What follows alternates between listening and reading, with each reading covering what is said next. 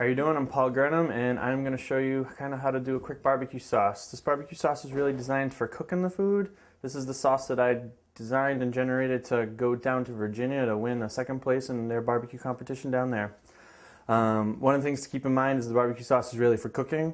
It doesn't do well on top of pre-cooked foods, but it cooks into the food amazingly. It's really designed for pork, and when I'm done with the sauce, I'll show you how to change it over and turn it into chicken-based sauce, and you can really baste your chicken and cook it down that way. And key ingredients to most of everything is booze, just to give you the heads up.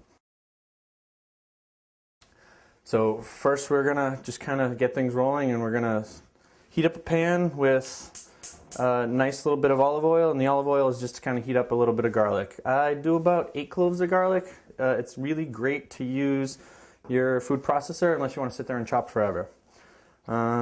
Sprinkle in some, and we're just gonna toss in the garlic. We're going to heat that up for a real quick second. It's really important to kind of pay attention as you do this. Garlic, when it's minced up so small, will brown and burn very quickly. So you just want to mix it in with that oil, get it going. And right when you start to see any of it start to brown, I want you to grab your half bottle of wine. Red wine, I'm using a Spanish red, and you can really use whatever you want. The one thing to do is pay attention to is, if you're going to cook with wine, make sure it's wine you want to drink, because bad wine will taste bad in your food. So I'm just going to introduce my wine, whole thing, make a little mess, but you'll get used to that. That's why we clean things. Now that's in there, I'm just going to keep it going, and I'm going to add some salt. Salt I always keep right next to my oven, because it's always great to use. 1, 2, 3, they're big pinches. I don't measure exactly. Next is the key to everything for a barbecue sauce is pretty much sugars. People love sugar, sweet. This was really designed for barbecue competitions. Competition judges love sweet sauce. So about 3 good tablespoons of brown sugar. If it's sticky in a big chunk in a block, you're fine. Don't worry about it. You're putting it in a liquid and it'll reduce. That's in there. I'm just going to stir it for a quick second, kind of break that up.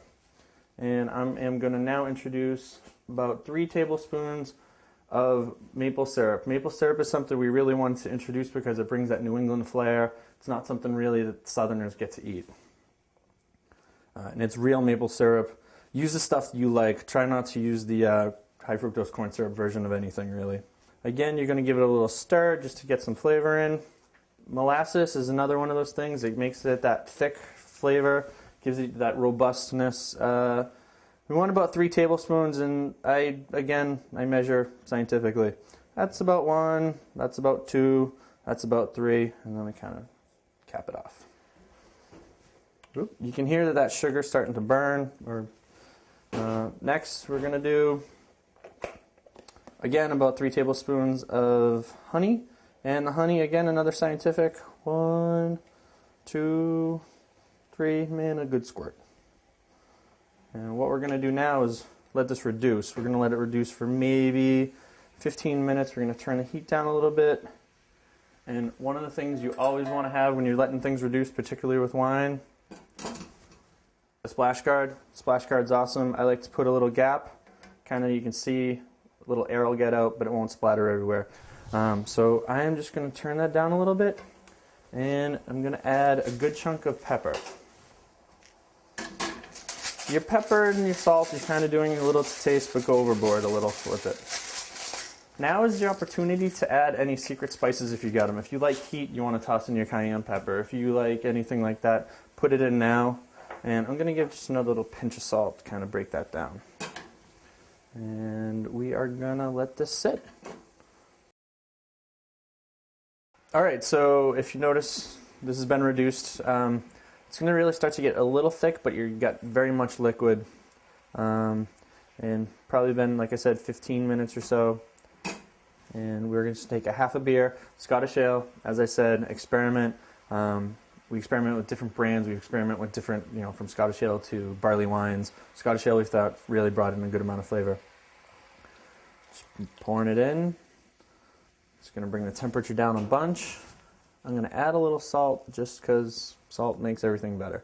It's going to really Stir it for a second, and we're gonna let this just simmer for about 15 more minutes. Let that beer really mix in, get that flavor flowing through.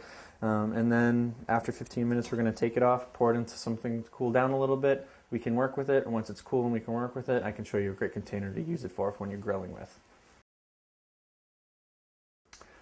All right, so the sauce is reduced for about 15 more minutes, and you'll notice that it has come down a little bit, but not super much. What we're going to do now is chill this a bit, and the best way to chill something is to, if you can, you want to get a bowl and another bowl that fits in it, add some ice and water, put it in, you'll notice it doesn't overflow. And what this does is creates constant cold surface so you don't just heat up your bowl, because when you end up heating up your bowl, your liquid stays warm. I'm going to grab this and just kind of slide it all out. The nice thing about the cast iron and cooking with this is you can see it kind of just cakes right off and is almost clean. All right, we'll get this in there. Put this down. And I'm just going to stir for a minute or two. This is all I'm doing right now is reducing the heat so it's manageable. If we're going to pour this into plastic or if we're going to pour this into anything else, it's too hot. And you always want to get something that's going to cool down, cooler faster than letting it sit. You don't want any bacteria to start to grow. One of the great ways to serve this is, if you can, you just get a squirt bottle. Squirt bottle is great.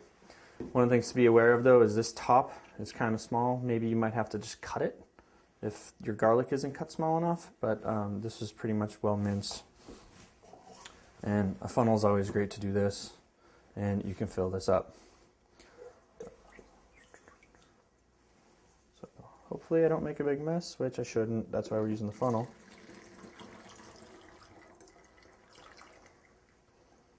And you can kind of see how much you've reduced everything. This is your barbecue sauce. It's perfect for pork.